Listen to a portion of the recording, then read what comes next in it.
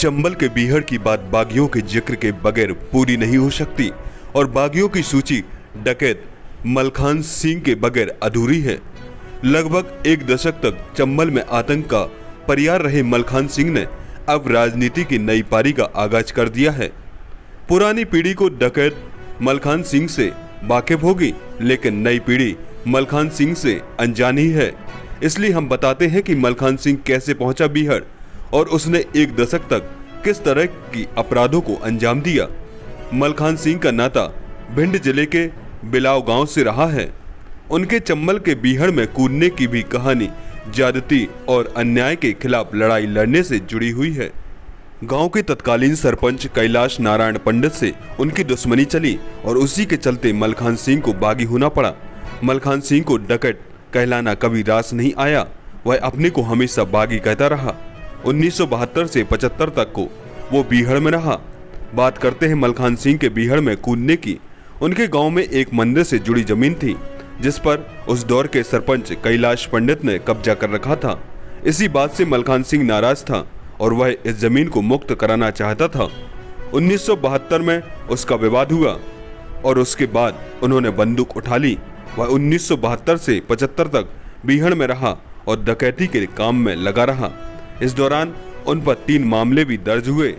1976 में मलखान सिंह ने कैलाश को मारने की कोशिश की, मगर वह उसमें असफल रहा। हाँ, एक अन्य व्यक्ति जरूर उनकी गोली का शिकार हुआ और उसकी मौत हो गई। मजबूत डकैत गिरोह बनाया। इसके बाद मलखान सिंह ने उत्तर प्रदेश के जालौन में शरण ली। धीरे धीरे उसने डकैत गिरोह बनाया और भिंड के अलावा मुरैना, उत्तर प्रदेश के इटावा, जालौन, आगरा और राजस्थान के धौलपुर में कई वारदातों को अंजाम दिया। मलखान सिंह ने लगभग एक दशक में न केवल मजबूत डकैत गिरोह बनाया बल्कि उसके बढ़ते अपराधों ने पुलिस की नींद उड़ा दी थी। 1980 के आते आते उनके गिरोह पर लगभग 100 मामले दर्ज हो चुके थे। पुलिस लगभग 1 लाख का इनाम घोषित कर चुकी थी। ऑटोमेटिक राइफल चलाने में महारत थी। चंबल के बीहड़ का मलखान सिंह ऐसा डकैत रहा है जिसने लूटपाट, डकैती और अपहरण को खूब किए, मगर उसके गिरोह के अपने सिद्धांत हुआ करते थे कि कोई भी डकैत किसी महिला पर बुरी नजर नहीं डालेगा। अगर कोई ऐसा करेगा तो उसे चौराहे पर खड़ा करके गोली मार दी जाएगी। कहा जाता है कि मलखान सिंह ने महिला अपराध में लिप्त कई लोगों को मौत के घाट उतारने में भी हिचक नहीं दिखाई। चंबल के बीहड़ का मलखान सिंह ऐसा डकैत रहा जो सेमी ऑटोमेटिक और ऑटोमेटिक राइफल चलाने में महारत रखता था। 1982 तक हत्या के 12 मामले हो चुके थे दर्ज। बागी मलखान सिंह के नाम पर 1982 तक हत्या के 12, अपहरण के 28, हत्या के प्रयास के 19 और डकैती के लगभग 2 दर्जन मामले दर्ज हो चुके थे। इसी दौरान मलखान सिंह के मन में आत्मसमर्पण का ख्याल आया और उनके लिए एक जिम्मेदार व्यक्ति ने मध्यस्थता निभाई। मध्य प्रदेश के तत्कालीन मुख्यमंत्री अर्जुन सिंह की मौजूदगी में मलखान सिंह ने 15 जून 1982 को आत्मसमर्पण कर दिया। मलखान सिंह 6 साल तक जेल में रहा और उसके बाद 1989 में उसे सभी मामलों से बरी किए जाने के साथ रिहा कर दिया गया। मलखान सिंह लगभग एक दशक से सियासत की राह पर चल रहा है और अब उसने कांग्रेस का दामन थामकर नई पारी की शुरुआत की है। IN7 न्यूज के लिए MDS चौहान की रिपोर्ट। आज मैं भाजपा छोड़ के क्या कर रहे हो? कांग्रेस में शामिल हो रहा है क्योंकि अन्याय अत्याचार के खिलाफ मैंने चंबल घाटी में अपने परिवार को छोड़ के, समाज को छोड़ के बंदूक उठाई और माननीय अर्जुन सिंह के समक्ष 100 बीघा जमीन राम जानकी के नाम की थी। राजीव गांधी जी ने पूरी पहल की, कहा कि ये 100 बीघा जमीन में मलखान सिंह 1 बीघा जमीन नहीं मांग रहे हैं, तो आप समर्पण में देर क्यों कर रहे हैं? कि राजीव गांधी की पूरी पहल है, माननीय मुख्यमंत्री अर्जुन सिंह जी की पहल है। मैंने कहा मैं आपसे न तो पेट्रोल पंप मांग रहे हैं, न गैस एजेंसी में कुछ नहीं मांग रहे हैं। मेरी जो लड़ाई है मेरे ऊपर अत्याचार हुए हैं। मैं 18 साल की उम्र में ग्राम पंचायत के पंच चुने गए और मेरे ऊपर बहुत अत्याचार हुआ। परिवार को छोड़ के कोई गैर में कंकर पत्थर कांटों में कौन रहना चाहता है। दोस्तों, परिस्थितियां ऐसी होती हैं कि अन्याय के खिलाफ कोई भी हथियार उठा सकता है। आज अर्जुन सिंह ने मेरी शर्त को मान लिया। चोरी में जमीन मेरे भिंड जिले में गांव में राम जानकी के मंदिर से लगा दी गई और मैंने समर्पण कर दिया। आज अन्याय अत्याचार के देखा है।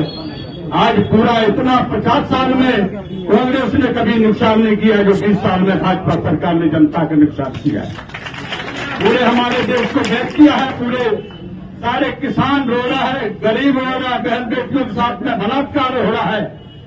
और ये मलखान सिंह चंबल घाटी का एक अन्याय के खिलाफ 15 साल के जीवन में जहां से उत्तर प्रदेश से लगा के कालीपी तक एक बलात्कार नहीं होने दिया, जो मलखान सिंह आज दावा कर रहा है। और आज हर हमारी बहन बेटी आज कहीं रास्ते में स्कूल में नहीं जा पाती। 2.5 साल 3 साल की बच्चियों के साथ में बलात्कार हो रहा है। हमारे राजनेता शासन कर रहे हैं, हंस रहे हैं, बैठे हैं, तमाशा देख रहे हैं। इसलिए मैंने सोचा कि ये सारे अन्याय करने वाली पार्टी है, आपको शिवपुरी से लगाए के और आपको गुना अशोकनगर में 3 जिले में इतना बड़ा आतिंग है। वहां के सारे प्रभारी हैं, वहां के नेता हैं, मंत्री हैं, सारे लोग बैठे हैं। सारे गरीबों की जमीन छीन ली है, उनके साथ में अन्याय अत्याचार हो रहा है। 500 आदमी में 250 आदमी को निर्दोष सजा काट रहे हैं। ये भाजपा सरकार है।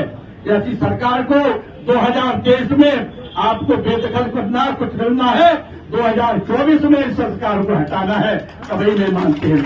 और हमारे नेता समझदार नहीं हूं मैं। अत्याचार के खिलाफ हम कभी समझौता नहीं कर पाएंगे। अगर अन्याय अत्याचार होगा जनता पे, बहन बेटी पे, तो मैं उसका विरोध जरूर करूंगा। मैं उससे कभी समझौता नहीं करना चाहते, मैं करूंगा। तो मैं जो चाहते हैं, सबसे निवेदन करना चाहते हैं, भाइयों बहनों, कि भारतीय जनता पार्टी को पूरी तरह से 2023 में पूरी तरह से पराजित किया जाए और जहां से भोपाल की सत्ता में कांग्रेस को चुना जाए और बैठना चाहिए। तो मैं चाहते आपको सबसे कहना चाहते हैं, लिखा परदेश किस्मत में, लिखा परदेश किस्मत में, वतन की याद क्या करना, जहां बेदर्द हाकिम है वहां फरियाद क्या करना। दोस्तों, क्या शासन पहले प्रशासन पे हावी रहता था, आज प्रशासन शासन पे हावी है। जनता कैसे बच पाएगी? सारा देश बिक चुका है, किसान मर रहा है, कुटना है, पिटना है। इस तरह के क्या होगा? तो चाहते हैं कि ऐसी सरकार को कुचल देना चाहिए, भगा देना चाहिए। ये कभी किसी सत्ता में आने लायक पार्टी नहीं है। मैं जानते थे कि जब भाजपा को सिद्धांतवादी पार्टी होगी। आज मैंने अन्याय अत्याचार इनका देखा है, बहुत बड़ा अन्याय अत्याचार किया है ने, इसलिए मुझे नफरत हो गई है। आज मैंने कांग्रेसी तो मैं पहले भी था। माननीय अर्जुन सिंह के टर्म में मैंने समर्पण किया तो मैं कांग्रेसी था। आज उत्तर प्रदेश के जो मुखिया कहते हैं, जब 72 में सारे बागी हाजिर हो चुके हैं, 76 में एनडी तिवारी यूपी में हाजिर हो चुके हैं और 82 में सब 1 से 10 लोग हम हाजिर हो चुके। फिर भी हमारे मुख्यमंत्री कहते कि धरती पर कोई डाकू नहीं रह पाएगा। अरे डाकू है कौन? आप पूछ लेते डाकू है कौन? अपने डाकुओं को तो उठाओ, अपने डाकुओं को तो हिसाब देखो। आपके डाकू क्या कर रहे हैं? आपके डाकू कितना लूट रहे हैं? कितना क्या कर रहे हैं? तुम चोरी कर रहे हो। बागी चंबल का कभी चोर नहीं हो सकता, बागी तो हो सकता। अब मैं मीडिया से निवेदन करेंगे कि पहले भी तुम डाकू लिखेंगे, कांग्रेस में आए तब भी डाकू लिखते रहे। अब हम कांग्रेस में आए तो भाजपा की ओर से तुम भी डाकू लिखोगे। क्या हम भी डाकू लिखते रहोगे? क्या इनको डाकू नहीं कहोगे? क्या भाजपा की सरकार को डाकू नहीं कहोगे? इनको नहीं कहना चाहिए, इनको कहना चाहिए कि आपकी डाकू इतनी डाकू ये है। हम चंबल के बागी हैं, चंबल पे सैनिक और बागी पैदा होते, डाकू कभी पैदा नहीं होते। डाकुओं का जब विरोध किया जाता है, हम बागी है, डाकू नहीं है। मैं आपसे निवेदन करना चाहते, माननीय मुख्यमंत्री से निवेदन करना चाहते हैं, आप सब संगठन करके कांग्रेस के जितने एकजुट हो करके कांग्रेस में दुर्तन सब खत्म करके एक भोपाल की सत्ता में हो और दिल्ली की सत्ता में कांग्रेस को 2023 और 2024 में बैठना चाहिए। तभी ये जनता सुखी रहेगी। जनता भाजपा सरकार में कभी सुखी नहीं होगी। लाडली लक्ष्मी योजना के चक्कर में हमारी ज्यादा नहीं चलेगा। ये सब बदमाशी है, झूठ बोलते झूठ कह के तो पूरे देश को बर्बाद कर दिया। किसान रो रहा है, गरीब रो रहा है, कन्या के साथ में बलात्कार हो रहे। हम इससे समझौता कभी नहीं करेंगे। अगर भारतीय जनता पार्टी की सरकार को खत्म करना है तो कांग्रेस सरकार को आपको जाना है, तभी आपका सुधार होगा, तभी आप पाओगे। क्या है